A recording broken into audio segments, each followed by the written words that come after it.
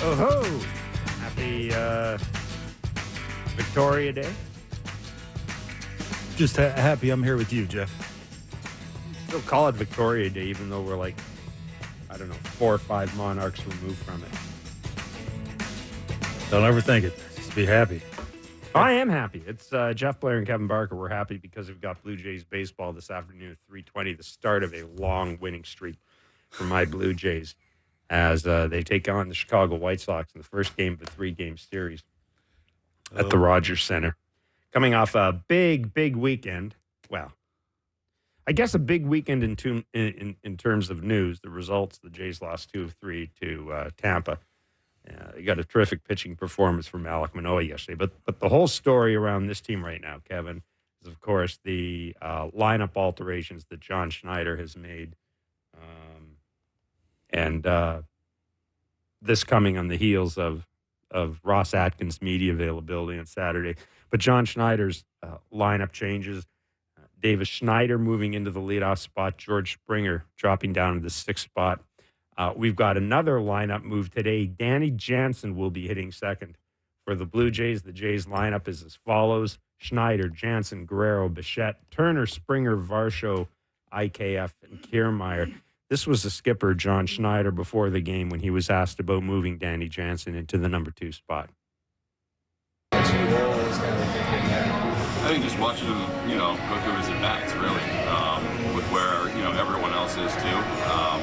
Love what he's doing at the plate, and I think, you put him and Schneider back-to-back, and there's been 2 pretty consistent at-bats over the course of the year. So, again, I've said it before, nothing really set in stone, but I think when you're looking at who you want up, Chandler's definitely one of those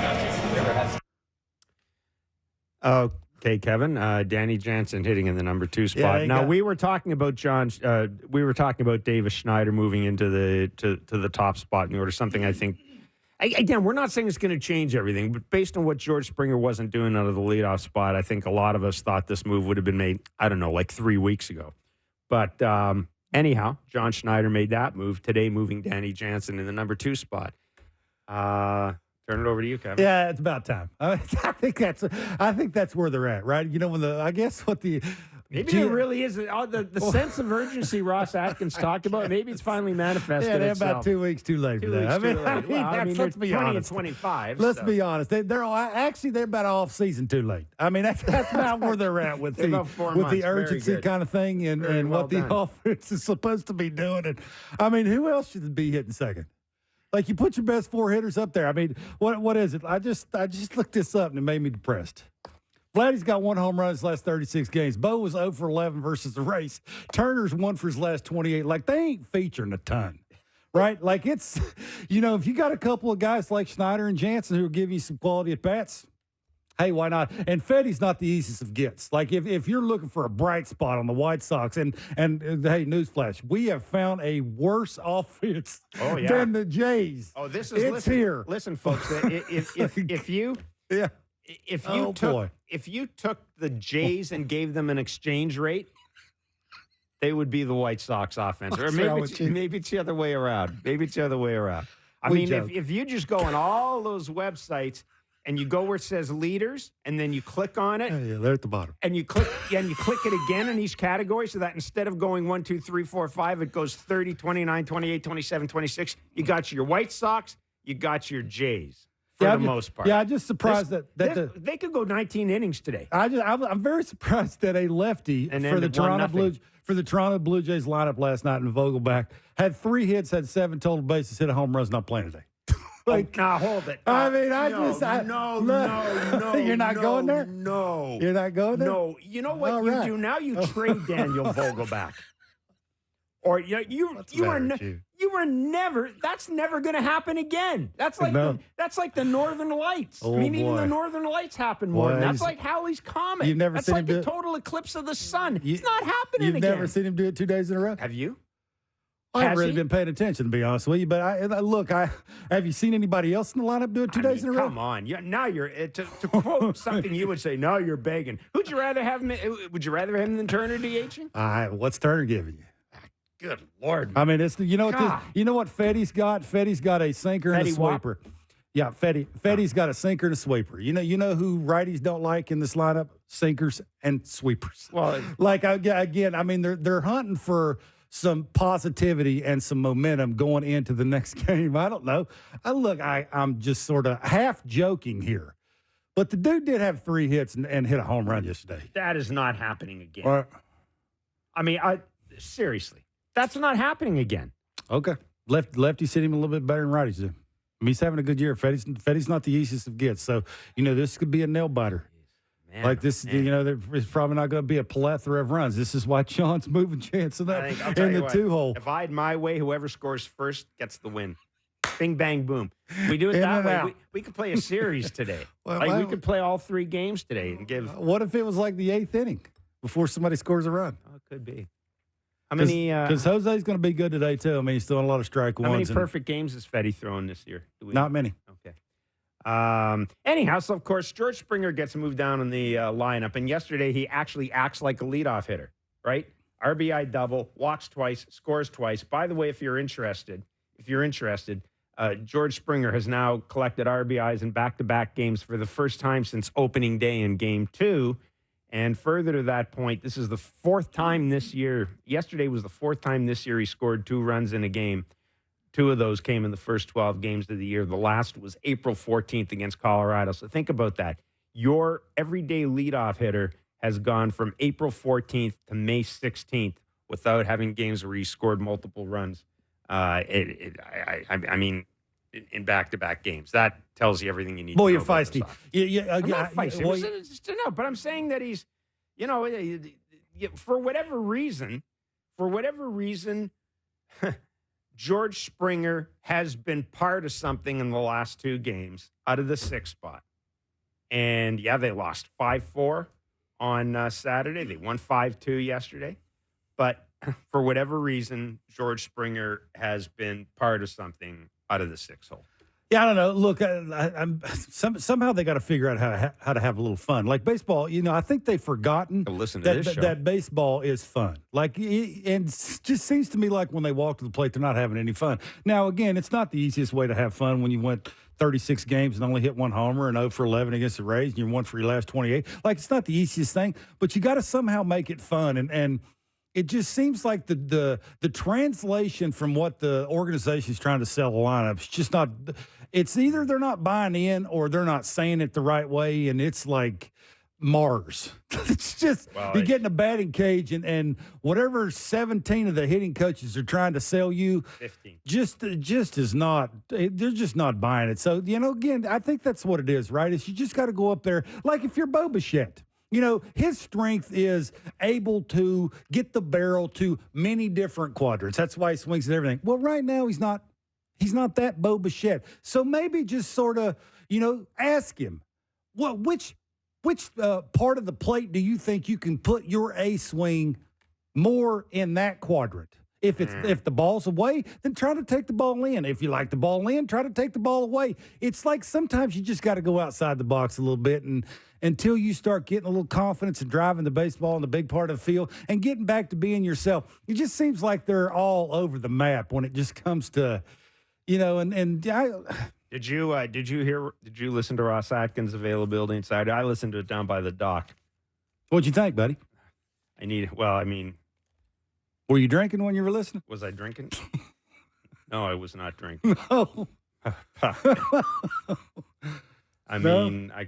I could, yeah. There's a lot of blame to go around. That's what I took away from that. There's a lot of blame. Yes. There is. You can name somebody and you can blame them. Although I would think most of the blame lies at the general manager's feet. Let's be obvious. Absolutely. He believes I'm not going to go through the whole thing because it was 2 days ago. But, basically the bottom line from the general manager's session, which was held on a Saturday of a long weekend. On purpose? I guess Christmas Day. I guess Christmas Day was taken. It's genius. But anyhow, yeah, it is. Because if you don't want any coverage, do it on I'll be glad to do it. Do it on a Saturday in the afternoon of a long weekend. But anyhow.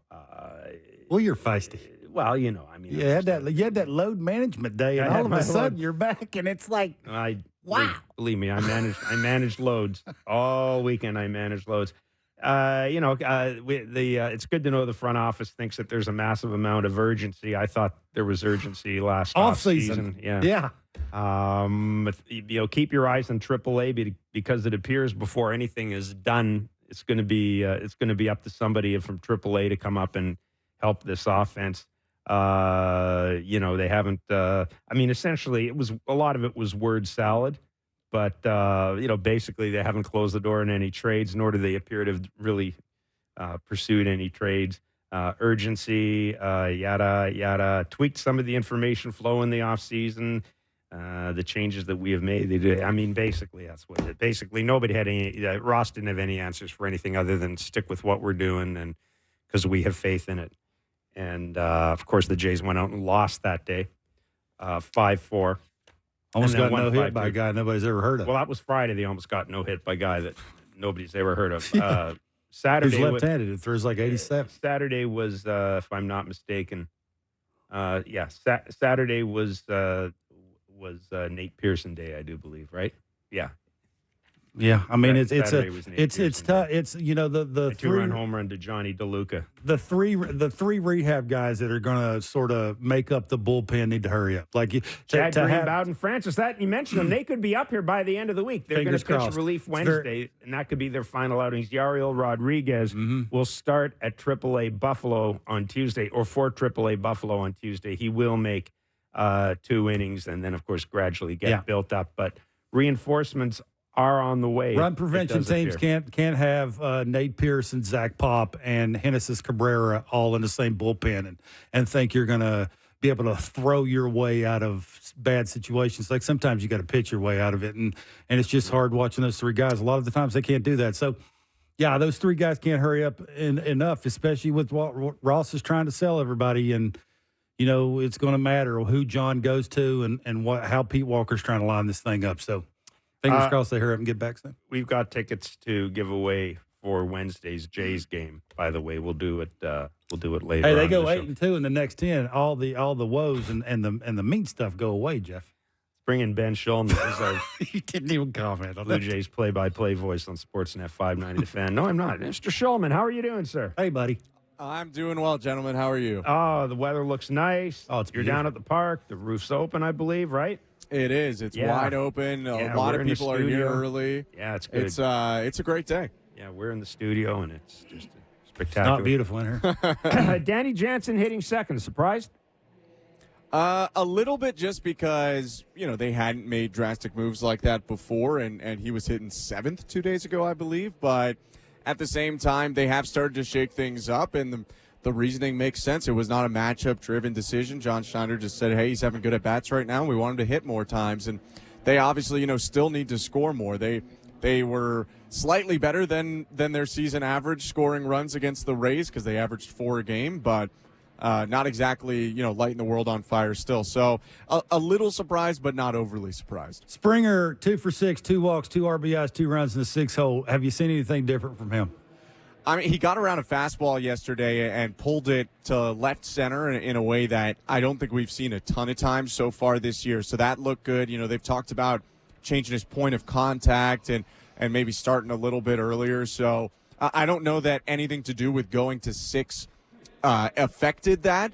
But whether it did or not, it does seem like he was a little bit more on top of it. And had some good walks in there, fouled off some tough pitches as well. So, like they kind of said, I think easier to work on stuff from the 6th spot than the leadoff spot where, sure, you can work on stuff, but they need you to be, setting the table for Vlad all the time. Now, maybe a little bit less pressure, even though, he's such a veteran. I doubt that really impacts him much. When do you think they start worrying about Bo? 0 for 11 in the 3 games against the Rays. Just for whatever reason, looks like the breaking ball is giving him some kind of trouble. You think they're worried about that? Yeah, I think they're probably, at least a little bit concerned about what's going on because we're pretty deep into the season for this to be continuing. Bo Bichette is about as consistent of a guy over the last couple of years as they come, even though he had some struggles in 2022. And I was just looking at kind of his hitting chart today, and And I was surprised to see, some of the numbers on pitches on the outer part of the plate, and a lot of those would be those breaking balls like you mentioned, Kevin, just not having numbers that you would expect from a guy who goes the opposite way so much. I think the ball up and away, which maybe is going to be more of a fastball than a breaking ball most of the time, he hasn't necessarily hit with that much, I don't want to say damage, hasn't hit with that much efficiency so far this year. And you would think that that's a pitch that he lines into right field all the time over the previous couple seasons. So, yeah, I think they're concerned. I mean, they're somewhat handcuffed in the fact, like, they could move him down, but then again, who are you going to move up? They just moved George Springer down. They have Justin Turner hitting 5th now. Dalton Varsho goes back to 7. It's not like they have that many other guys that are pushing up into the top after moving Schneider and Jansen up there already. So I think they're worried, but they somewhat have to, ride with Bo in this spot and hope that it turns for him soon, because it looked like it was for a little bit. And then the last series, against Tampa Bay obviously was not his best. He was 0 for 11. Yeah, I've got to tell you the truth. If you'd told me, and I'm not saying that Vladdy's completely figured it out, but if you'd told me that Vladdy would maybe take steps towards that before Bo, I probably wouldn't have believed you, just because we kind of assume, and nobody's slump proof, but we just assume that because of Bo's ability to put the bat in the ball, that he's the closest thing they have to somebody who is slump proof, if such a thing exists. Yeah, I mean, Vlad has been the one who, maybe has peaked higher but has been more inconsistent at times. Bo, you've pretty much known what you're going to get from him on a daily basis. I mean, he probably would have led the American League in hits for a 3rd straight season if he wasn't injured last year. So the Blue Jays certainly, I think are looking for a little more power with Vlad, but you can't hurt 2-3 hits, or you can't hate 2-3 hits every single game. So I think for Bo, Vlad really seems to have simplified it, and he's not swinging for power right now, and maybe tries to fine tune that as he continues to raise his average. Perhaps there's something similar with Bo. I don't know that for a fact, but maybe some pressure with the team not being as home run driven, trying to hit for more extra base power. Perhaps if he can have a similar kind of simplification to Vlad and just get back to hitting singles to right, it can start to build forward. Ben, have you heard anything that Justin Turner may be doing off the field to try and make whatever the 1 for 28 woe is better on the field? What we've heard is that his process and the way that he's been preparing right now has not changed from when he was hitting, near 400 or right now when, he's hitting 230. And the word was from John Schneider that, that's just the guy he is. He's going to work the same every single day, and it's allowed him to break out of a lot of slumps over his long and successful career so far. So as far as I know, nothing major has changed in his preparation, and I think that, he definitely dealt with that illness, which hurts in the middle right of that stretch, but I think that they think that if he just keeps going through his regular routine and doing what he's going to do, that it'll turn and he'll be successful like he has been for the majority of his career. It's obviously been a difficult season for the Blue Jays. They are 5 games under 500, but I would suggest that if there has been,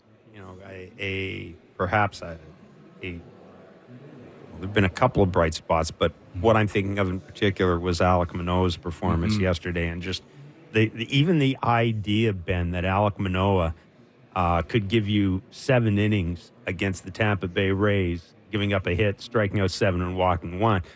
I mean, that would not have occurred to me even after his first start of the year. Now, I'm not saying he's over the hump, but after that first start of the year, I thought we were looking at a guy who, 5th starter, gives you 5. Boy, it's 5 and fly. If you're leading after that, you're happy. But, that game yesterday, the slider looked good. And this kind of blew me away because basically he missed a year.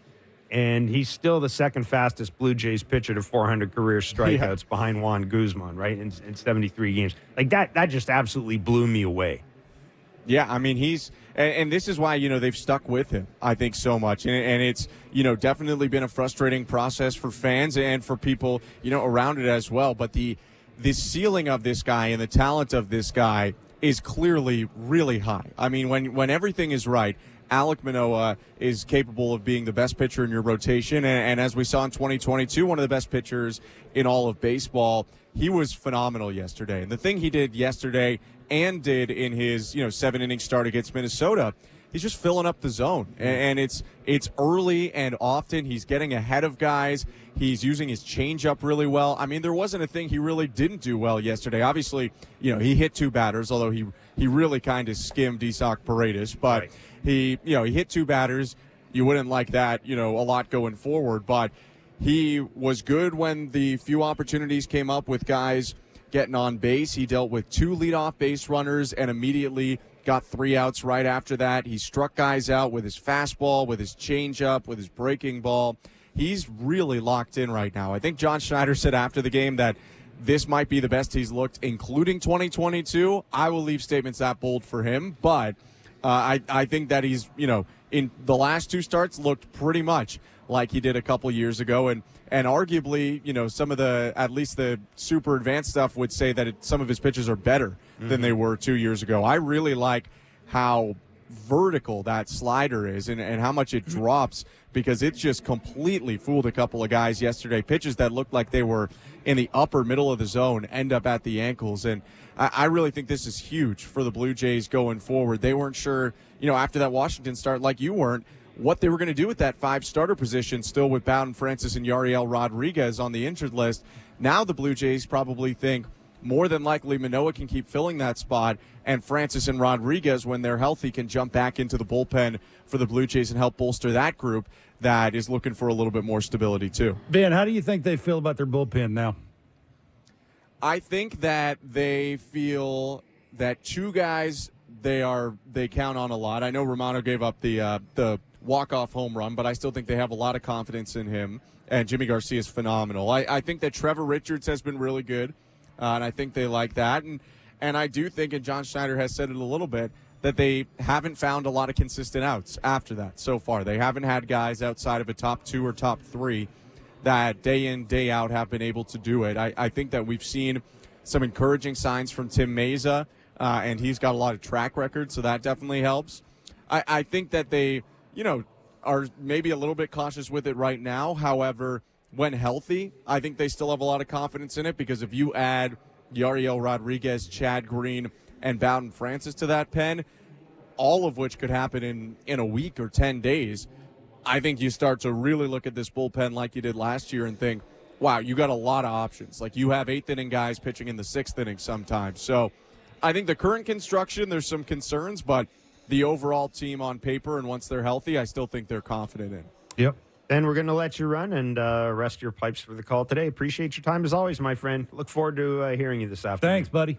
Thanks so much, guys. Good luck with the rest of the show. Thank you. That is Ben Shulman, our Blue Jays play-by-play voice on Sportsnet 590 The Fan. It's not like we need good luck with the rest of the show. He was good. It makes it sound when he said good luck with the rest of the show. Oh, he's being nice. He's a nice man. That's why I said that. I know. Yeah. I've got Jays tickets to give away to see the Chicago White Sox on Wednesday, and we'll do that after the break. We'll take another look at the Jays lineup and give you a little bit of news about an injury that occurred a little earlier today, not involving the Blue Jays. But anyhow, we'll come back and talk about that. It's Blair and Barker on Sportsnet 590, The Fan, and Sportsnet. We are back with Blair and Barker.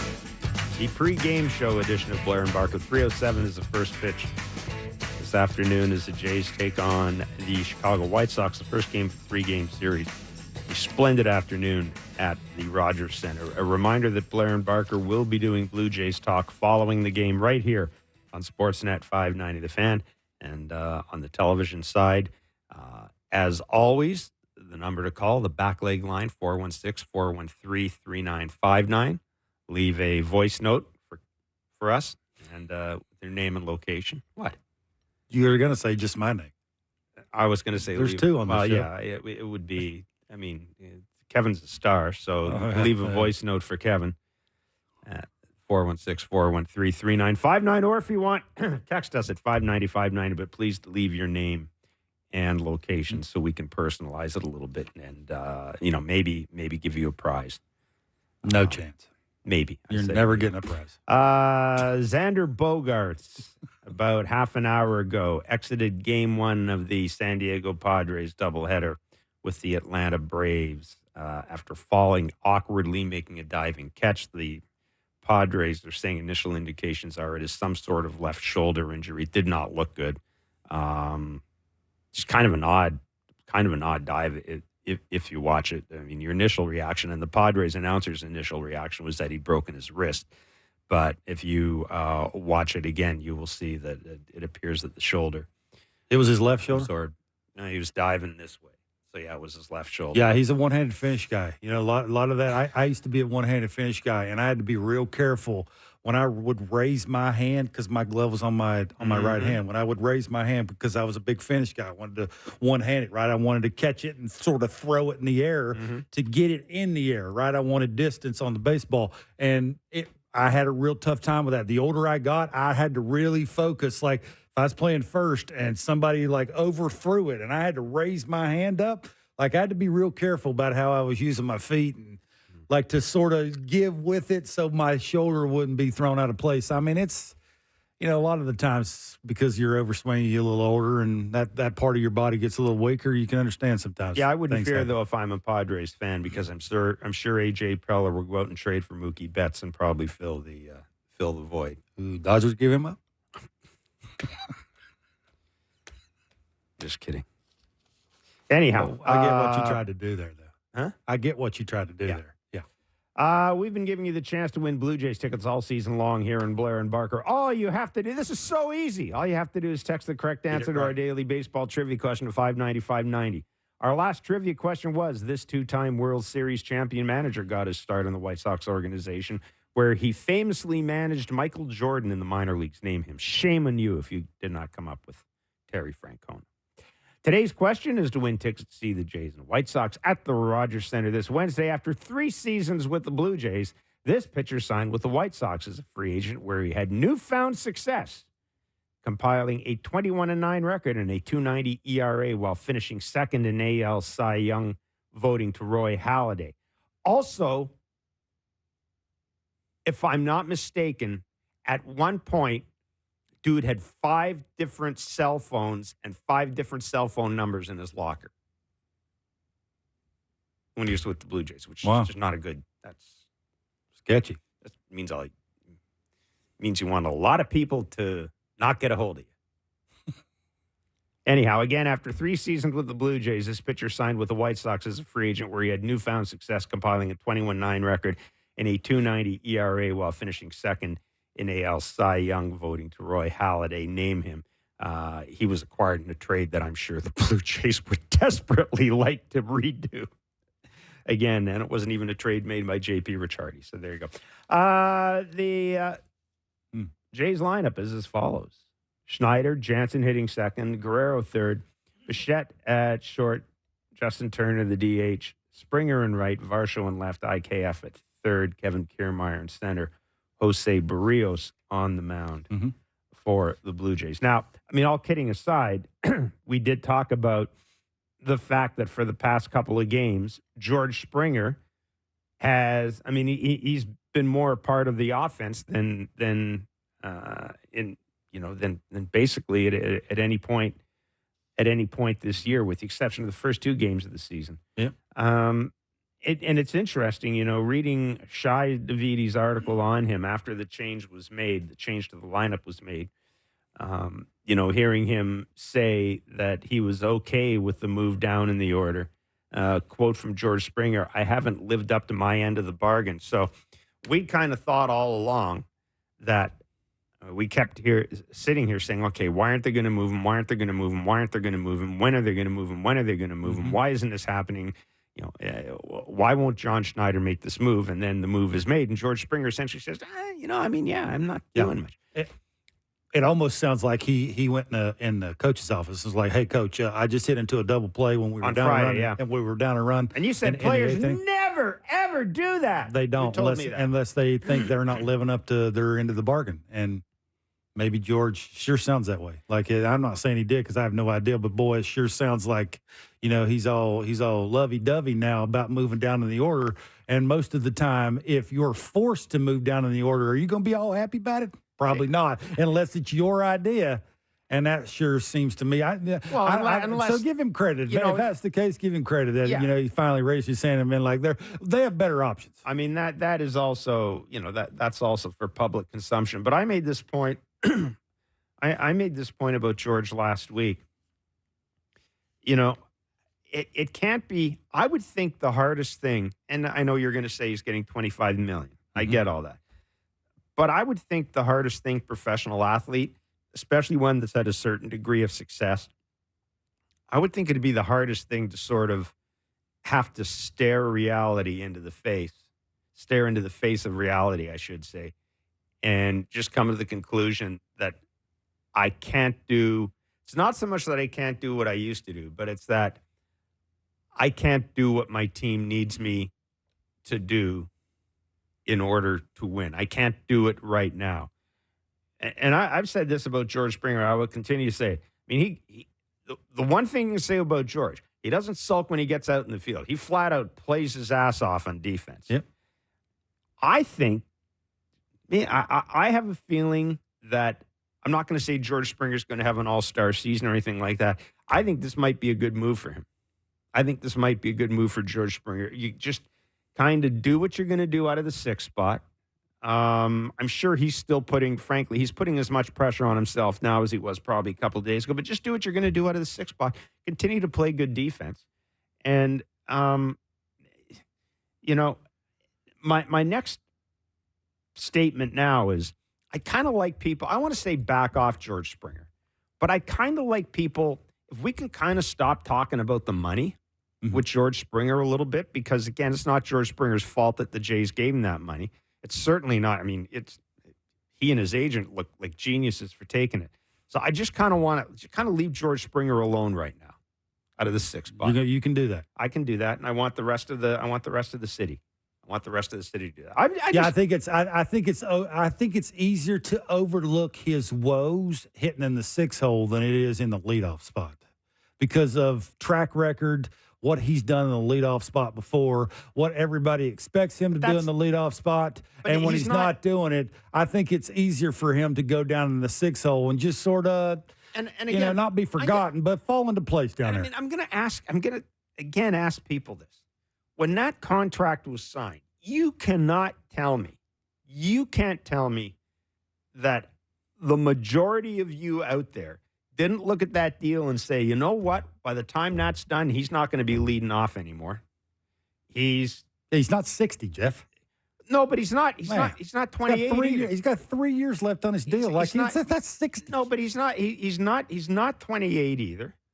And he for long stretches of his career, he's had difficulty staying healthy. I'm just saying that this shouldn't come as a surprise. Again, I'm sure the Jays thought that by the time this happened, it's probably going to be next year, and they would have had a little bit of postseason success. But it's not shocking. It shouldn't be shocking to people. I think it was a little shocking. If you saw George Springer last year, you shouldn't be shocked by it. I think it's shocking because he played a lot of games last year, and it still looked like they didn't want it to look. And then coming into this season, he was one of the guys that Ross Atkins was pointing the finger at, basically saying that we think he can do better, and the numbers will get better. He was one of the guys. It's not George Springer's fault that the general manager pinpointed him as being one of the guys who needed to improve. Yeah. I mean, it is. I mean, that's what happens when you sign a big deal. You sign a big deal, you get lots of money a year, like – you're expected to do things that the Davis Schneiders of the world's not. It's just life, or Kevin Biggio's, or the IKFs of the world. You're expected to do more. Yeah, you can't be surprised that it looks the way it does. I'm very surprised on why the slumps last as long as they last. That's what I'm surprised about. Like, they fall off cliffs. Why? With him? No. The lineup. No, I'm not talking about the lineup. Why is that? I'm not talking about the lineup. I'm talking about George. I'm not talking about the lineup. I'm talking about George Springer. You can't be surprised that this looks the way it is. I am George surprised. Springer. Yeah, I am surprised. What did you expect? Not this. You think he's going to be a leadoff hitter still? No, but there's one thing of sort of slowly, just you can see it regressing. Like you can see that boy just can't catch up to the fastball, or, he's cheating and the backside's falling across the plate every single swing because he knows that he's got to get this thing going a little sooner or he's got no chance of hitting the fastball. He's 34. He's not 74. So and they have the best people in the world behind the scenes getting these dudes ready to go. What is it? Yeah, absolutely they do. I mean, ask them. They're going to tell you they do. So I am surprised. Not this soon. Maybe a year from now. Yeah, you could say that, right? He hits that 35-year mark, and he's in the middle of that, and it just the body just don't work the way it's supposed to be working, and you can get him out with velocity, but now. Come on. Yeah, look, leading off, maybe not, like the on base and it's again, it gets back to that Bo Bichette thing. Sometimes when you are not doing things that you normally do, you have to adapt. You have to try something different. It's like you can't go up there swinging at everything now, just for whatever reason, whether it's mental or whether it's mechanical or timing. Like something's not working. So you got to adjust. Like what if you took count? What if you took pitches in certain places that you normally wouldn't take them? So you would allow a pitcher to throw one down the middle. Even if you're not mechanically sound or mentally right, most of these dudes, because they got talent off the charts, can hammer balls down the middle, but you got to let them. That's the point. That's all. And again, why you read these stats, Jeff, they are awful. And they're awful for long. It's not for like a couple of weeks at a time. It's months. Why is that? That's the whole lineup, though. It's a lot of the lineup. Yeah, it's not the whole lineup, but it's a lot of the lineup. Why is that? Because it's not I don't think it's lack of talent and lack of effort or lack of smarts. What is it? I want to talk about Alek Manoah yesterday. He was great. We kind of gave it short shrift. He looked awfully good. He did. He looked. Yeah. That was, I will, as Ben Shulman said, John Schneider saying the stuff looked better than it did in times in 2022. I will bow to John Schneider's judgment when it comes to that. I was surprised. Again, we all want Alek Manoah to do well. We saw signs, I thought, in the previous start that things were going better. But that got my attention. I think he's physically capable now to repeat things that will allow him to keep it in the zone or close to the zone, and he's a lot tougher take now. Like when he's competitive and I have to take, and then it's and it's not right out of the hand, it's non-competitive. I just think now, just look at him. Like that's the first thing you notice is how much better he looked from now until the last year and a half. Like he's worked really hard on his body.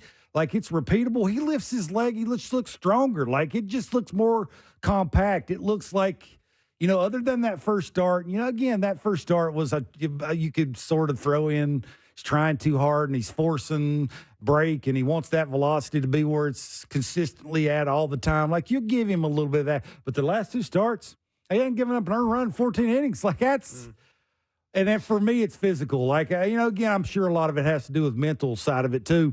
But physically, he's capable now of self-correcting on the mound and not doing the same thing bad over and over and over again because his body allows him to do it now. And that's awesome. So that's awesome. Good for him. If this is coming out hot too. Yeah. If this is a sign, I'm not expecting 7 innings all the time from him, but if this is a sign that you can take that all the gloves are off now and that Alek Manoah is back. Mm-hmm. To some degree, maybe not Cy Young finalist back, but back to some degree. Now Ross need to go out and get a better hitter. Well, that's what that means. If he's because now you got 5 dudes who can get after it. Well, you may also have some options. I guess. I mean, you're talking about trading people. You have some options now. If you're not, might make it easier to trade you, say. Well, yeah, if you're not coming back next year, it doesn't look like that's going to happen. So if Alek is looking this way and you rely on predictability with him, and I think it's there. And it just looks like he's, when he's yelling at the other team, he's not thinking about mechanics he's not. The release point and how much I'm gripping and where my fingers are at. Yeah. He ain't thinking any of that. So it's good. I'm with you. I mean, that's. It would give him an excuse to get rid of one of them to get a better bat. It's an interesting development, and it's also, and again, this depends on how aggressive Ross Atkins is going to be in the trade market, but there's also a way forward here. Like, I don't think, if there is no pressure to trade Bo or Vladdy, and if the Jays aren't inclined to trade Bo or Vladdy, and if there's no market, and I'm not going to say no market, but if they don't like the market that's out there right now, whatever, there is a way when you have that extra starting pitcher where you can make a deal that doesn't necessarily punt on the year, but brings in a commodity you don't have. So let's just say, argument's sake, let's say the Jays, a team that needs another starting pitcher, gets you, say, Kikuchi. The Jays need a hitter. They get a hitter. And they go on a little bit of a roll. Now, again, you're not, what are they in the wild card right now? Right? If you're within striking distance of the wild card, it's almost like the Jays can have, it's almost like you can have your cake and eat it too. Someone pointed out to me, one of the things the wild card has done is you don't necessarily have to punt on the entire year if you don't want to now, because there's always a chance. There's always a chance. I mean, it'd be nice to go out and get a guy and hit a 3-run homer occasionally. And especially, I would suggest with the other thing is there's always a chance with the starting pitching. Absolutely, and their defense. So right now the Jays are 20-25. They are 3.5 games back of the wild card. They're 11.5 games back of the Yankees. You can can that. Adios. Yeah, I don't even bother. I'm just gonna, I'm gonna get my white out and I'm gonna wipe that off the screen here. Don't even mention that behind again. leader. Yeah, it's gone. Yeah. They're 3.5 games back in the wild card. That's doable. Spot. It is doable. Yeah. How many teams in front of them? Oh, now you're going to get it complicated. That's a big deal too, right? Well, that is the big deal. That is the biggest deal. Yeah. How many teams in front of them? Wild card. In the wild card. You don't want to know. 5. Well, last time I looked, it was 6. No. It's more than 6. Yes. Wow. See, that's a lot. Like you're going to. No, what am I saying? No. There's only 5. Yeah. 6. There's 6. It's only 3.5. Like, again, you got a small sample size this. You got to ask yourself about, and this is why the urgency thing, right? Putting Jansen in the 2-hole and trying to get the hottest hitters they've up. got 6. They've got how many? 6 8 games? 8-2 in the next 10, Jeff. 8-2 in the next 10. Like, you got to put some, let's get this going. Like, they're facing some lesser teams here. At least have, and I think they're missing some of the key guys on the for the Detroit's not pitching some of their. I don't think they get Scrubble. Yeah, he's not pitching against them. So, and I think Pittsburgh, maybe they're not getting Skeens either. So you may have lucked out there. You should be winning some games. Like, this is your time. Like, and then all of a sudden after these 3 series or 4 series, including Pittsburgh, you're gonna it's all right back to having to get after it and grind it out, and your pitching staff's going to be pulling their hair out if they give up 2 runs in the 3rd inning. Like, so yeah, this is the time, right, for guys to get healthy, get confident. Have a little. We're working on this, and we've talked about this so much off the field that it's translating on the field, and they need a reason not to talk about it anymore. I think that's what it is. Like they've talked about it till they're blue in the face. I mean, you can see Bo walking to a hitting coach every time he gets out or gets a hit. It's hard to do that, Jeff. I used to do that. It's impossible. Can I ask you something? It's impossible. It really is. I would be guilty of saying that this was an original thought. But do you think in any way, because again, getting back to Ross Atkins' media availability, it's a weird time to do it. First of all, think it's on purpose? To kind of come out and publicly announce that your GM is going to do a media availability the next day, and do it on the field, like when you tell people there's going to be a media availability the next day, usually you're doing it in a presser, and usually it's something significant. And I know that people put 2 and 2 together and realized it wasn't necessarily going to be anything significant. But I thought about this because we know how much this organization is invested in analytics and how important it is that they keep convincing people that it's not a waste of time. And I wondered if the release of that, you're probably going to laugh, that bat speed data, people saw that and the stories that started to come out. And basically, it's not a flattering story for the Blue Jays. when that data Didn't came. Ross mention bat speed in his presser? And I just kind of Pretty thought, sure he did. maybe it's a conspiracy theorist. I thought, okay, it's like, oh my God, they've unearthed something analytically about us that isn't great. We have to have a news conference to address it. I found that the timing interesting. I really found the timing interesting. Well, it's been a very long time since he's spoken, so I'm sure that has, a part to do with it. And his team has not been very good. I mean, let's not lie; it's been consistently bad for a long period of time.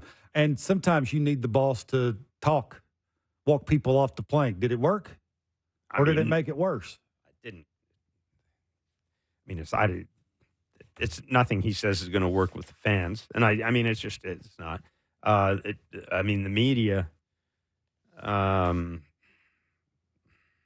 The media, is skeptical of a lot of the things Ross says. When I say the media, I'm talking about the media in general. Mm-hmm.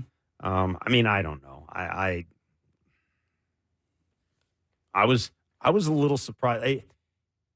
When you announce somebody's going to have a media availability, that person has that person has something to say. Otherwise, you go up to the GM and say, hey, you got a second? Sure, I got a second. Then you do it very off-the-cuff media availability. I don't know. I just maybe things just aren't done the way they used to. The way they used to be done. You just got to get used to it. I found the whole thing just really strange. Strange timing, strange messaging. Well, it was a messaging. We're going to be patient, but there's a sense of urgency. I don't need to be told that the front office. There's a lot about this front office I don't really understand, but I take for granted that they have a sense of urgency. I think most people in this industry have a sense of urgency. 11 and a half games back. Yeah. And combining urgency with the patience part, don't even say that. Don't even say that there's a sense of urgency. Don't even mention the word patient. Don't say that we got to stay the course. Just say we understand there's a sense of urgency and move on anyhow. It was very, it was odd. John Schneider on Friday. Love this comment. I think it was made before the game. We've talked about, this is John Schneider. We've talked about swing decisions for 3 years. We're top 5 in terms of what we're swinging at, but we're on the low end of what we're doing with them. Yeah, maybe the talent's not good enough. I mean, he just said it without saying it, didn't he? He said it without saying it. Talent's not good enough. Buck Martinez asked. What's a tremendous question. It's a very good question. When does you just come to the realization that the players are not good enough? Are they there yet? Yeah. I mean, again, this is what I said, Jeff. When they struggle, they fall off a cliff. It's just not like, you wake up, your back's sore one day, and, you can't rotate like you used to. No, it goes on for like Vladdy. He's had 1 homer in 36 games, Jeff. I mean, there's no excuse for it. Like, really, he's not you wouldn't say per se he's a home run hitter, but 1 in 36 games. It's very confusing. Like, all that about the hitting part of it and the approaches and how they're going about it's a little confusing. Yeah. Messaging and. Well, it's like me against you. Like, I'm going to line my names up against your names. You got faith in those names? Like, that sooner or later they're going to make and I know Ross said no, they're not ready to admit that yet. I mean, numbers will tell you without you having to say it out loud that that's sort of where they're at. They were there for me in the offseason. They needed thumpers. Like, scary dudes that you got to get this guy out because that guy's coming up. Anybody there around there that you're scared to do that with? No, not really. Nope. So, again, 3:07 is the first pitch. That's just in a few minutes away. It'll be Jose Brios against Eric Fetty. The Jays lineup, Schneider, Jansen hitting second and catching. Guerrero, Bichette, Turner, Springer still in the 6th spot. Varsho, IKF, and Kevin Kiermaier. A reminder, Blair and Barker will be along following the game for Blue Jays Talk on Sportsnet 590 The Fan, the Sportsnet Radio Network, and Sportsnet. 590 is the text line. 416-413-395 line. That is the back leg line. 416-413-3959 is the back leg line. We'll talk to you after the game. Enjoy the baseball.